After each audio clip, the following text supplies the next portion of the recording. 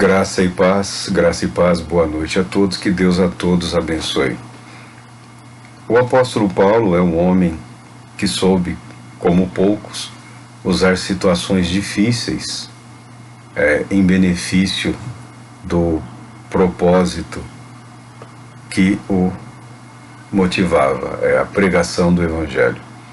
Muita coisa nós sabemos sobre o pensamento do apóstolo, o pouco que ele deixou registrado, e é muito para nós, é objeto de centenas, milhares de publicações até hoje, a vida do apóstolo Paulo, a teologia do apóstolo Paulo, a maneira como ele influenciou positivamente a Igreja de Cristo.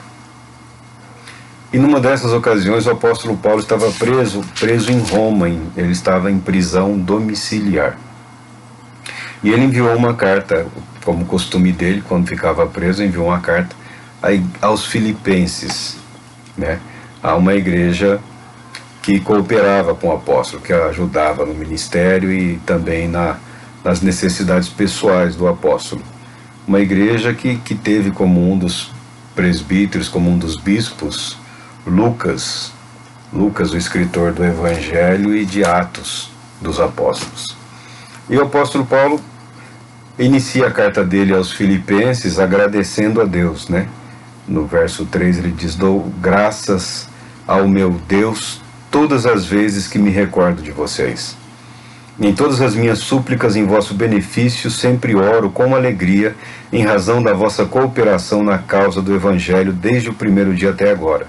E estou plenamente convicto de que aquele que iniciou boa obra em vós há de concluí-la até o dia de Jesus Cristo, até o dia de Cristo Jesus. Essa era uma confiança do apóstolo. Ele não acreditava que ele precisava estar pessoalmente na liderança de todas as igrejas, para que as igrejas fossem edificadas. Ele era capaz de treinar outros e enviar outros para o ministério do ensino, como o jovem Timóteo, como Tito e como os outros que ele menciona também nas suas cartas. O apóstolo Paulo não era exclusivista, Ele não era dono, ele não se assenhorava da igreja. Ele se preocupava com a igreja, como corpo de Cristo, querendo que a igreja refletisse tudo aquilo que ele sabia, que ele conhecia de Cristo. Mas o interessante é que o apóstolo Paulo não está procurando edificar a igreja no conhecimento dele, na teologia dele, na muita sabedoria dele.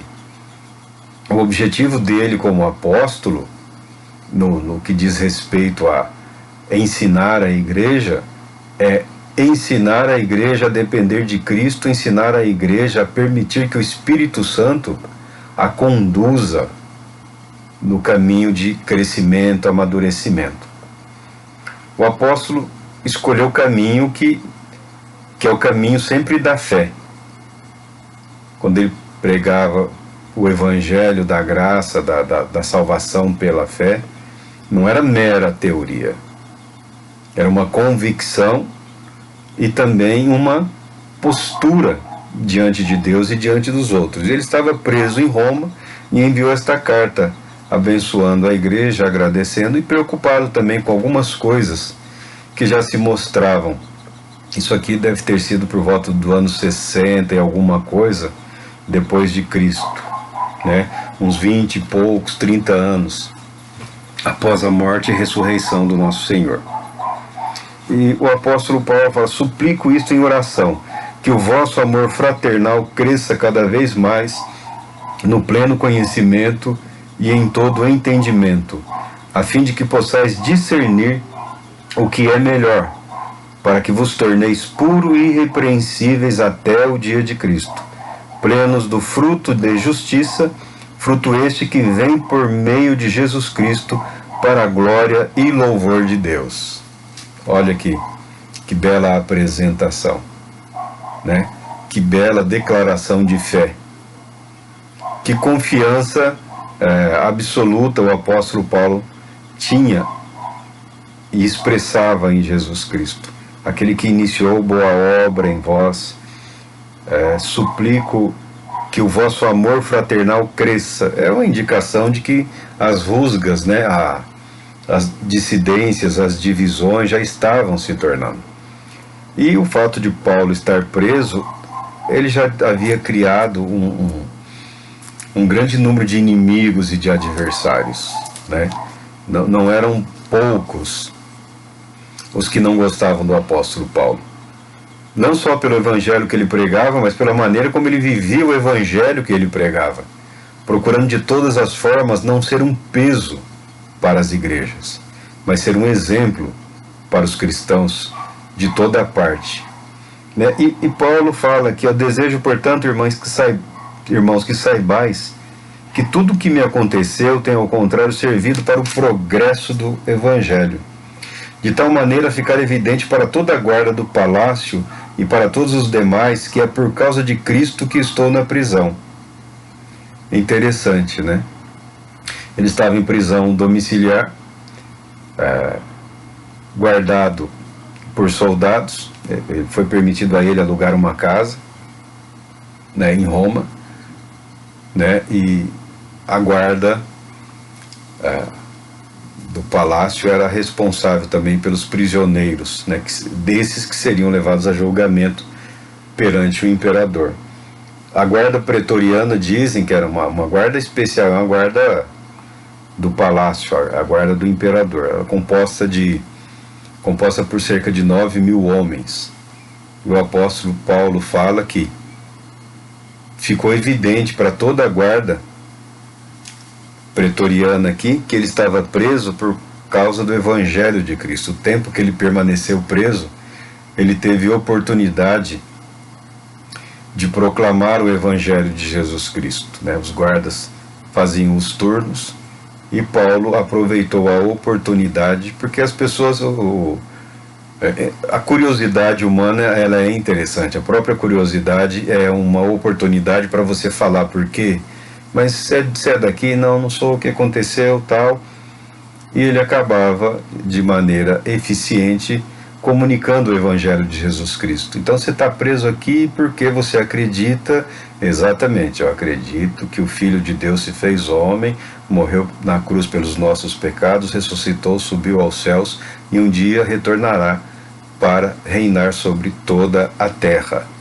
E certamente a guarda falava, rapaz, com essa pregação aí você não vai fazer amigos aqui não.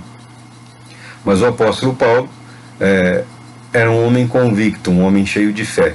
E ele acreditava ainda que seria, e provavelmente dessa vez ele foi solto. Teve certamente um outro aprisionamento depois, do qual ele não conseguiu livramento, mas dessa ele com certeza saiu. E ele fala que no tempo que ele ficou preso, ele percebeu algo interessante. Por que nós devemos aproveitar as oportunidades que a vida nos dá? E por que nós devemos aprender também a tentar enxergar além?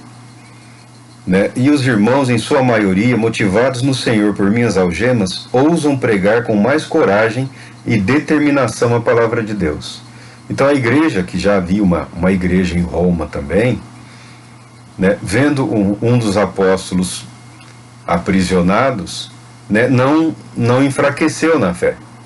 A ousadia aumentou, se tornaram mais animados, corajosos, determinados. Se Paulo é capaz de suportar o aprisionamento, o risco da condenação, esse é o caminho.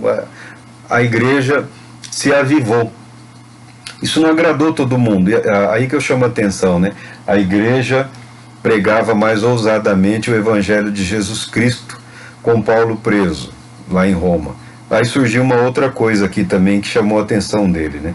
É verdade, contudo, que alguns proclamam a Cristo por inveja e rivalidade, porém outros o fazem com boas intenções.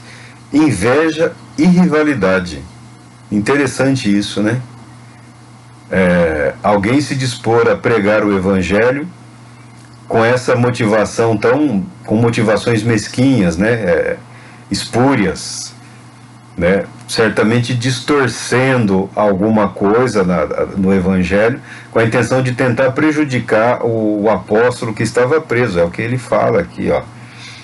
Os que fazem de boa intenção, estes o fazem por amor, conscientes de que fui posto aqui para a defesa do Evangelho. Então o apóstolo Paulo fala: eu estou preso em Roma para defender o Evangelho. Mas aqueles outros, os que pregavam por rivalidade e inveja, olha, veja que ele, antes de se tornar um cristão, de ser convertido por Jesus Cristo, ele já era um rabino relativamente famoso, né? Aquilo que nós já falamos aqui, é um jovem prodígio, né? Se você parar para analisar o que era necessário, né? Havia rabinos e rabinos, né? Como pastores e pastores, padres e padres, sacerdotes e sacerdotes, ministros e ministros. Mas para alcançar uma posição de respeito, a quantidade de material a ser estudado, né? As tradições dos judeus, não era muita coisa, né?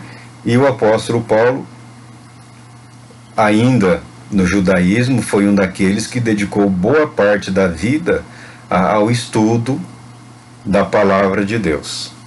Convertido a Cristo, ele dedicou algum tempo alguns anos, na verdade, né? Do que eu entendo aqui, o mesmo período que Cristo passou com os apóstolos, ensinando, depois Paulo passou estudando antes de se dedicar à pregação da palavra de Deus. Empolgação zero, tá? É fé, é compromisso, é comprometimento, foi dedicação, tá? Discernimento espiritual, dons espirituais, mais suor, mais trabalho, mais dia e noite, trabalhando, estudando e trabalhando, estudando, comparando a palavra de Deus com a palavra de Deus, tá? E o apóstolo Paulo fala daqueles que não gostavam dele, que queriam o mal dele, mas aqueles outros anunciam Cristo apenas por ambição egoísta, sem sinceridade, imaginando que podem aumentar o sofrimento ocasionado por estas minhas algemas, né? A forma de aprisionamento era aquela que fala cadeias, né? Aprisionado os pés e as mãos também, tá? Naquele tempo e também hoje, né? Mas a diferença é que naquele tempo o guarda, o vigia, ele respondia com a própria vida no caso do prisioneiro fugir, né? Então, entre o prisioneiro fugir e a própria vida, eles não tinham nenhuma compaixão, né? Era um ambiente extremo, eram ocasiões bastante extremadas. Apesar disso, o apóstolo Paulo obteve êxito na proclamação, na pregação do Evangelho, no anúncio da palavra de Deus. Mas ele fala aqui que algumas pessoas estavam agindo como que se pudessem de alguma forma apertar mais ainda as correntes dele, né? Como se pudessem criar mais atrito, tentar impedi-lo definitivamente de seguir adiante com seu objetivo e com a sua missão. Uma rivalidade estranha, um evangelho corrompido, deturpado já. Naquele dia já havia os especialistas, né, da retórica, da oratória, né, onde havia multidão, os oportunistas já iam chegando, se infiltrando, tentando ocupar espaço, e tinha gente vinculando mentiras com a pregação do Evangelho para tentar prejudicar o apóstolo Paulo. Mas ele fala uma coisa aqui fantástica: todavia, o que importa? Quem importa? O importante é que, de qualquer forma, seja por motivos escusos ou nobres, Cristo está sendo proclamado, e por isso me alegro. Em verdade, sempre me alegrarei. Isso sempre chamou a minha atenção, desde a primeira vez que eu ouvi. Né, eu achei interessante isso daqui. Né? O importante é que Cristo está sendo proclamado. Não importa se motivos escusos, espúrios, ou por motivos nobres.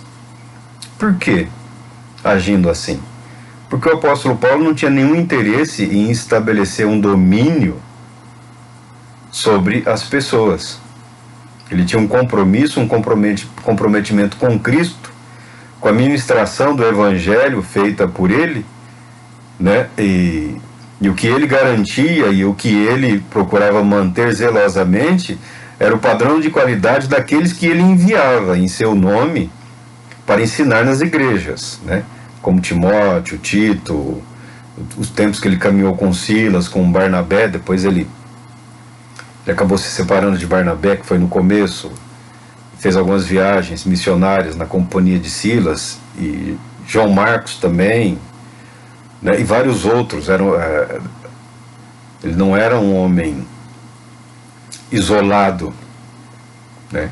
O isolamento, como nós já falamos e sabemos, ele não ajuda ninguém, né? O apóstolo Paulo aceitava a ajuda da igreja, aceitava a companhia de outros missionários, aceitava o apoio de outros apóstolos, né? Ele estava disposto a caminhar junto, né? A fazer parte do processo de crescimento de várias igrejas, especialmente daquelas que ele havia iniciado e trabalhado, como é o caso dessa igreja aqui de Filipos. E ele também confia muito em Jesus Cristo, ele confia muito no Espírito Santo, e ele confia muito na curiosidade humana, no desejo humano de conhecer a verdade, de saber a verdade, de saber o que realmente está acontecendo. Ainda que alguém tenha ouvido um evangelho extravagante, ainda que alguém tenha ouvido algo assim absurdo, ainda que a pessoa tenha tomado conhecimento de práticas reprováveis e indignas, de comportamento indigno e irreverente, que em nada acrescentam a fé, a religião, a espiritualidade humana, a pessoa que tem o desejo de conhecer a verdade, de saber a verdade de Deus, ela busca entender que, apesar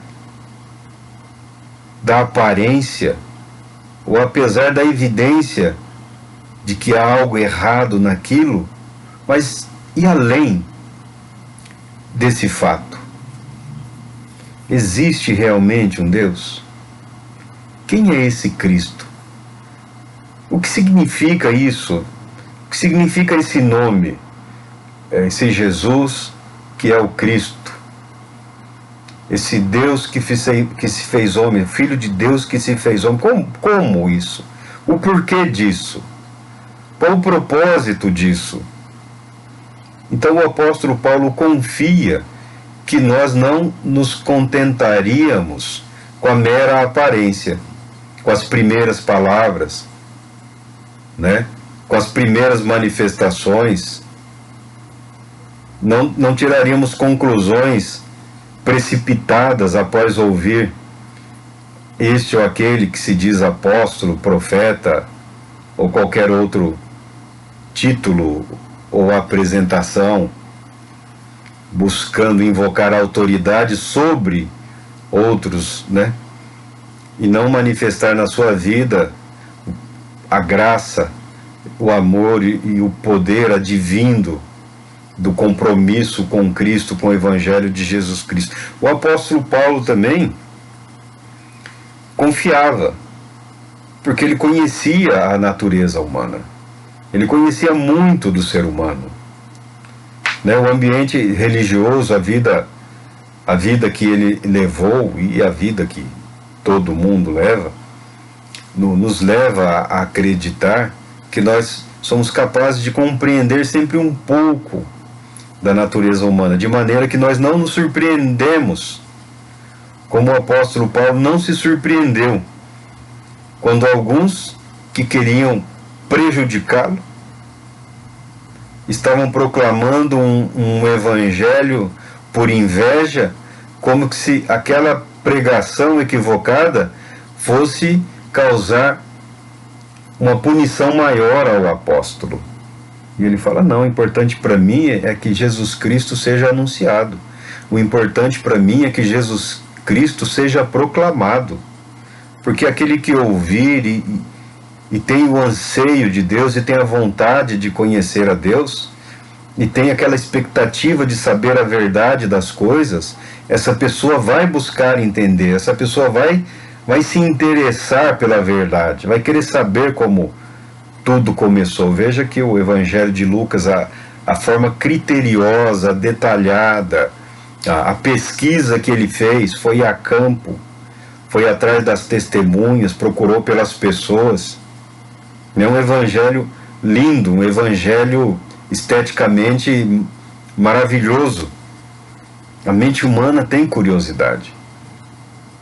E o apóstolo Paulo confia que essa curiosidade vai instigar, vai ser usada pelo Espírito Santo para que a pessoa encontre a verdade.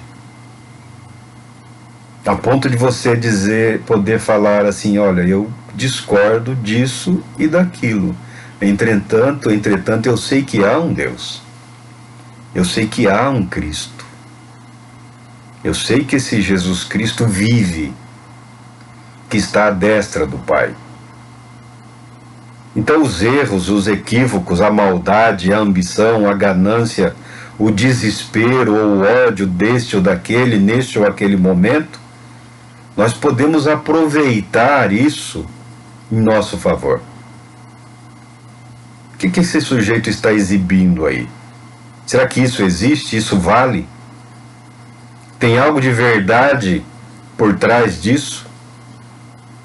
Há uma verdade que eu preciso alcançar, que eu posso alcançar, ainda que seja com o objetivo de desmascarar o falsificador do Evangelho, da mensagem de Jesus Cristo? Não que nós temos a intenção aí de criar um exército de psicóticos, né, caçadores de fantasma, demônios, mentiras. Eu falo para nós mesmos. É uma postura na qual o apóstolo aposta. E ele viu frutos, ele viu benefícios de tudo isso. E ele segue falando aqui, né? Estou certo de que o que se passou comigo resultará em libertação para mim, graças às vossas súplicas e pelo socorro do Espírito de Jesus Cristo. Ele estava preso, tá? Estava encarcerado, não estava valendo nada, mas ele transformou aquilo em algo para a glória de Jesus Cristo. Ele cita sempre o Espírito Santo, de maneira que poucas pessoas podem citar realmente, né? Houve uma abundância de literatura fácil, né? Houve uma explosão, como deveria acontecer realmente, da mensagem do Evangelho, do conhecimento de Cristo, da vontade de conhecer o Espírito Santo. Tem livros e livros e livros e mais livros, mas como o apóstolo Paulo anuncia aqui, declara aqui, poucas pessoas têm condições. Eu falo dele como apóstolo. Ele confia nessa pessoa presente na igreja. Ele confia nesse Deus presente através do Espírito de Cristo. Ele confia, acredita na presença de Cristo pelo seu Espírito na vida dos cristãos. Hoje, as cartas de Paulo hoje podem parecer até um tanto quanto inocentes, né? Dado o nível de fragmentação entre os cristãos, né, o apóstolo Paulo apela para a unidade, para a união, né? Falar isso hoje é criar mais uma divisão, na verdade, né? Aguardo com ansiedade e grande esperança que em nada serei decepcionado. Pelo contrário, com toda intrepidez, tanto agora como em todos os dias, Cristo será engrandecido no meu corpo, seja durante a vida ou mesmo na hora da morte, porque para mim o viver é Cristo, o morrer é lucro. Olha que beleza, que frase magnífica, né? Aqui, ó. Cristo será engrandecido no meu corpo. Não que fosse o apóstolo um homem pretensioso ou arrogante, mas ele aprendeu a viver para a glória de Cristo. E isso não é uma questão de conhecimento, isso é uma questão de empenho, né? Isso é uma questão de de entrega. Isso é um posicionamento em relação à vontade de Deus. A vontade de Cristo é que ele fosse apóstolo e ele se entregou a isso. Se entregou a isso como poucos se entregaram. E o resultado nós agradecemos a Deus até hoje, né? Por tudo que Paulo e todos os outros fizeram, tá? Para mim o viver é Cristo e o morrer é lucro. Viver é Cristo, o morrer é lucro. Caso continue vivendo no corpo, certamente apreciarei o fruto do meu labor. Mas já não sei o que escolher, sinto-me conclamado pelos dois lados. Desejo partir e estar com Cristo, o que é infinitamente melhor. Mas entendo que, por vossa causa, é mais necessário que eu permaneça no corpo. Portanto, imbuído dessa confiança, creio que vou permanecer e continuar com todos vós para que o vosso progresso e alegria de fé, a fim de que, pela minha presença, uma vez mais, a vosso louvor e glória em Cristo Jesus transborde por minha causa. A fim de que, pela minha presença, uma vez mais, está grafado errado aqui, o vosso louvor e glória em Cristo Jesus transborde por minha causa. O apóstolo Paulo, desculpa, eu estou rindo, que eu tenho na família algumas pessoas, né, que estão em idade avançada e, assim, o que eu posso fazer? Então, estão mais perto de partir do que os mais jovens, né? Muito embora professem, assim, um amor pelo Senhor, morrer ninguém quer, né? Não encaram a morte como lucro, né? Não tem ainda, né, nesse momento, nesse estágio, né, a plena convicção da alegria eterna com Cristo Jesus. Eu também não estou a fim de morrer, não, né? Eu não tenho esse pensamento, né? Não tenho essa ideia. Vou morrer porque todos morrem, né? Mas não tem nenhuma dedicação em relação a isso, né? O apóstolo Paulo fala aqui, ó, o desejo de partir e estar com Cristo. Ele chega a falar que, pelo que ele viveu, por tudo que ele passou na vida, né, estar com Cristo já é a recompensa de todo aquele que crê. Mas no caso dele, se ele naquele momento tivesse sido condenado, para ele era lucro, que era o estar eternamente com Cristo, o seu Senhor, a quem ele ama em vida para a vida eterna, né? O morrer seria lucro e o viver seria Cristo, para que Cristo fosse glorificado através da vida da igreja, através da vida de todos aqueles que creem, né? É só isso que chama a minha atenção, né? Querer, todos queremos, né? Agora, a passagem ninguém quer fazer. Aí ele começa a chamar a atenção dessa igreja sobre a necessidade de humildade, né? Havia fragmentação, parece que algumas irmãs não estavam se entendendo mais, essas mulheres eram referência na igreja, né? Alguma coisa aconteceu e dois corações partidos e uma igreja dividida. E o apóstolo Paulo continua no exemplo aqui de que nós devemos adotar a postura da humildade, né? A humildade. E ele vai citar a Cristo como referência para isso.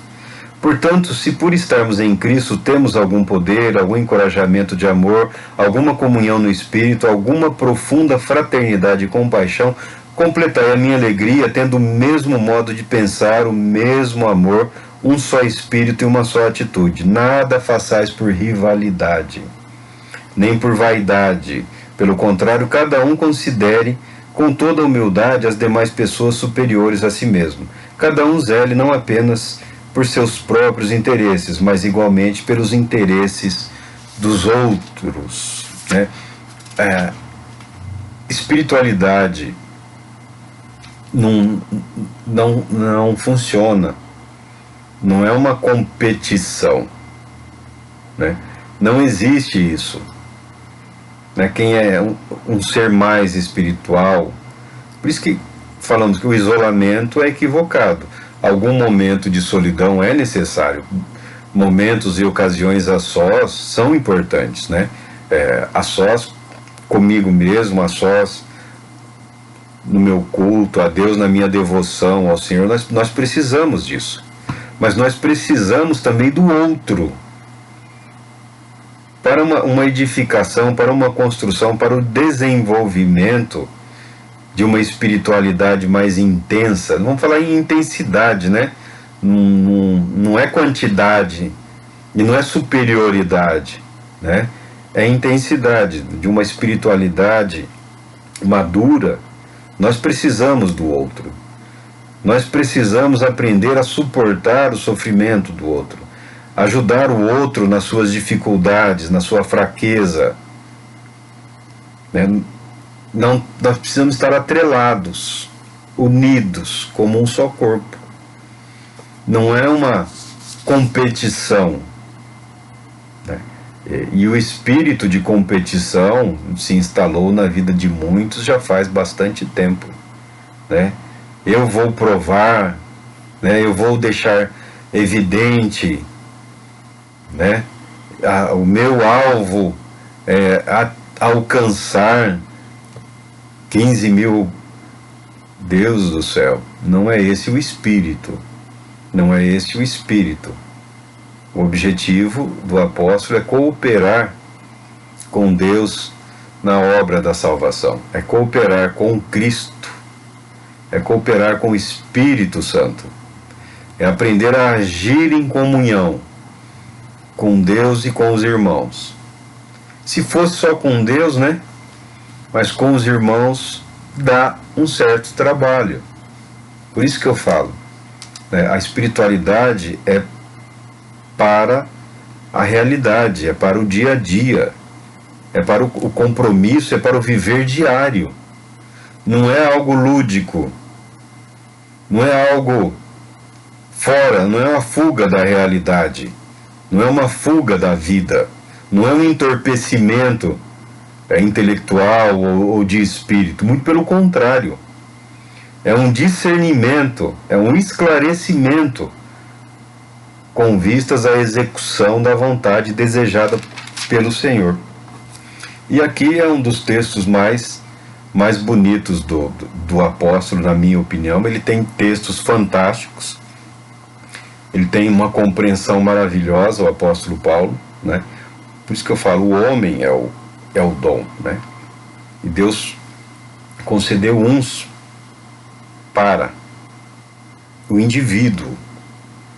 É o apóstolo, é a vida daquele homem que é instrumento de bênçãos para edificação de outros. Não é necessariamente um fluir de algo sobrenatural. O sobrenatural faz parte da realidade, da fé, do conhecimento, da prática, da disposição, do caráter, da motivação. Então não é necessariamente algo invisível que invadiu a vida do homem, capacitando. Não, muito pelo contrário, é o homem moldado por Deus, homem como todos os outros, mas moldado por Deus para exercer o ministério. O apóstolo é o dom da igreja. Não é um dom dado a um homem. É um homem dado à igreja como um dom, tanto que dura até hoje. Não foram superados. Você pega os escritos de Paulo, você pega os melhores teólogos, não dá, tá? Alguns aplicam o que se aprende com Paulo em outras áreas, né, das relações humanas, da vida da igreja, mas dizer que se conseguiu ir além do que o apóstolo Paulo proclamou, ou o apóstolo Pedro, ou os outros que a Bíblia apresenta aqui para nós, não tem, ninguém, não conseguiram, não vai, não adianta. E ele apresenta como exemplo de humildade, de aceitar humildemente, em obediência a Deus, a humilhação para a glória do Pai. tende em vós o mesmo sentimento que houve também em Cristo Jesus, o qual, tendo plenamente a natureza de Deus, não reivindicou o ser igual a Deus, mas pelo contrário, esvaziou-se a si mesmo, assumindo plenamente a forma de servo e tornando-se semelhante aos seres humanos. Assim, na forma de homem, humilhou-se a si mesmo, entregando-se à obediência até a morte e morte de cruz. Por isso, Deus também o exaltou sobremaneira à mais elevada posição e lhe deu o nome que está acima de qualquer outro nome, para que ao nome de Jesus se dobre todo o joelho, dos que estão nos céus, na terra e debaixo da terra, e toda língua confesse que Jesus Cristo é o Senhor, para a glória de Deus Pai. Esse é o exemplo que o apóstolo fala que nós devemos ter em mente. Cristo. Isso é mistério. Isso é o mistério. Isso é um dos mistérios da fé. A encarnação do Filho. A palavra é essa, a encarnação do Filho. O Filho unigênito de Deus, o eterno. Sendo igual a Deus, é o que o apóstolo Paulo fala aqui, da mesma... Aí vão discutir substância, essência, se isso é matéria, se essência é matéria, se substância é ou não é matéria. Discussão aí para os teólogos. Nós não somos capazes de discernir a natureza de Deus e não conseguimos compreender completamente a natureza, a dignidade do Filho eterno de Deus. Tá? Não conseguimos. Mas nós entendemos o que nos é comunicado, ou seja, que sendo, aqui ó,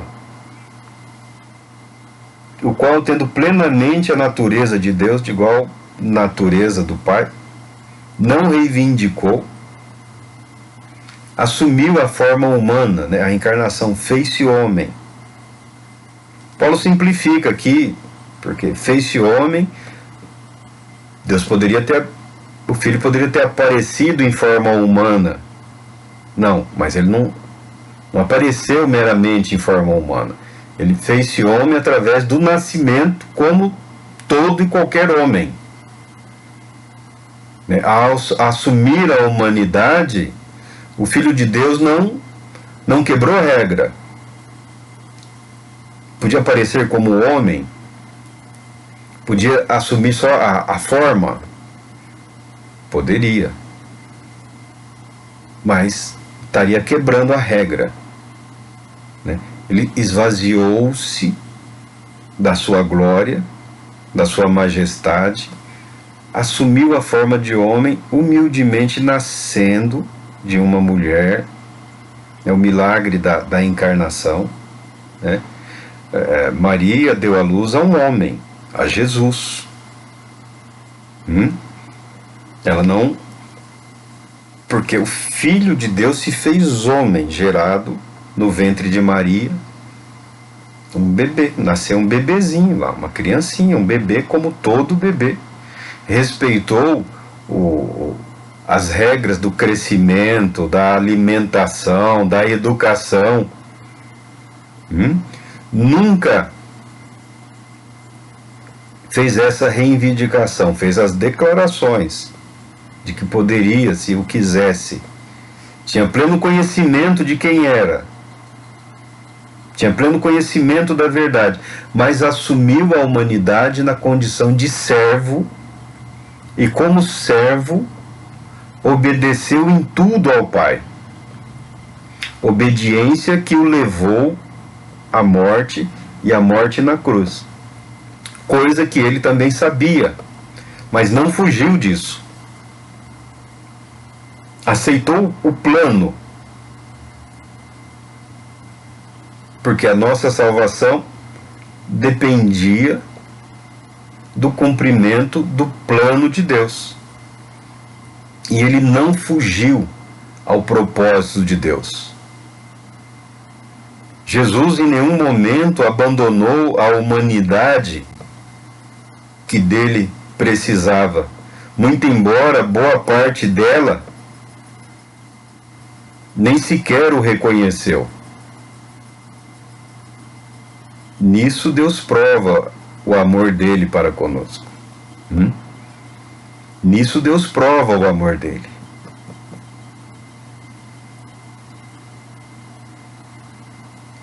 Ele agiu da maneira mais difícil, se humilhando, se esvaziando e em tudo obedecendo, graças a Deus por Jesus Cristo. Isso que eu falo aqui em poucas palavras e meio que gaguejando. Se você tiver tempo para se dedicar ao estudo das cartas do apóstolo Paulo, você vai descobrir a magnitude da compreensão que ele tinha do amor de Deus e do amor que ele tinha por Jesus Cristo, da compreensão que ele teve do significado da graça salvadora, da salvação pela fé, de como isso arrebatou a vida dele, do apóstolo Paulo, para uma vida de servo. A vida de servo obediente ao Pai, que Jesus Cristo não foi só um exemplo, fazia parte do plano, do propósito de Deus para a nossa salvação. Isso impactou a vida dos apóstolos de uma maneira que você sabe qual é. Eles suportaram pedradas, prisões, morte humilhante, suportaram a fome, o banimento, o desprezo. Tudo pela glória de Deus. Porque se o meu Senhor suportou tudo isso por amor a mim, quem sou eu para dizer não? Quem sou eu para lutar contra a vontade de Deus? Quem sou eu para me tornar um obstáculo no progresso da proclamação do Evangelho de Jesus Cristo? Isso mudou a vida de muitos. No desejo de saber, será que isso está certo? Será que vale a pena? Será que estão dizendo a verdade? Meu irmão, se você se empenhar, se você se dedicar, se você assim se dispuser a dedicar parte do seu tempo à leitura da palavra de Deus, a leitura da Bíblia, a leitura com reverência, com temor, né, mas com coragem, com disposição, não no isolamento, mas com ajuda, buscando auxílio, mas principalmente buscando auxílio no Espírito de Cristo Jesus, como diz o apóstolo Paulo aqui. Os muitos livros não vão suprir a presença do Espírito Santo.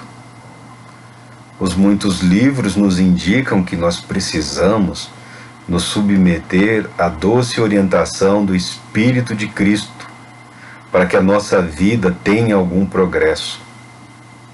Mas é sempre aquela questão, mas Marco, quando eu abro a porta, eu sei, meu irmão, eu sei. Né? Eu não estou falando de uma vida idealizada, de um ambiente ideal. Paulo estava encarcerado. Ele podia ficar lá só consigo mesmo, nas suas orações lá, nas suas meditações.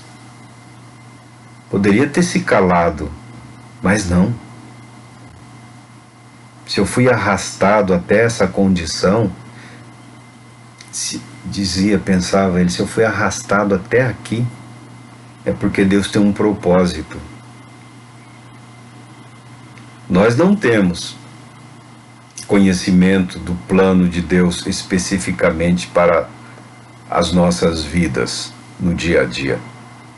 Nós lutamos contra muitas situações que são humilhantes, que são constrangedoras, e são mesmo, né? Que são tristes, como adoecer, você ficar no hospital. No hospital, eu vejo como as pessoas são tratadas lá.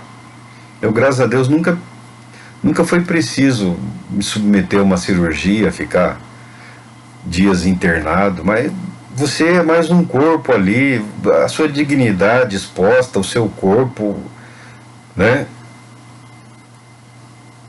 O encarceramento, outras coisas, né? Mas o apóstolo Paulo soube aproveitar, soube reconhecer as circunstâncias nas quais ele estava sendo lançado como parte do plano de Deus para levar a salvação a muitas pessoas. E o apóstolo Paulo continua assim, aqui. Sendo assim, meus amados, como sempre obedecestes, não somente na minha presença, porém muito mais agora na minha ausência, colocar em prática a vossa salvação com reverência e temor a Deus. Pois é Deus quem produz em vós tanto o querer como o realizar, de acordo com a sua vontade. Olha aqui que interessante, né? Colocar em prática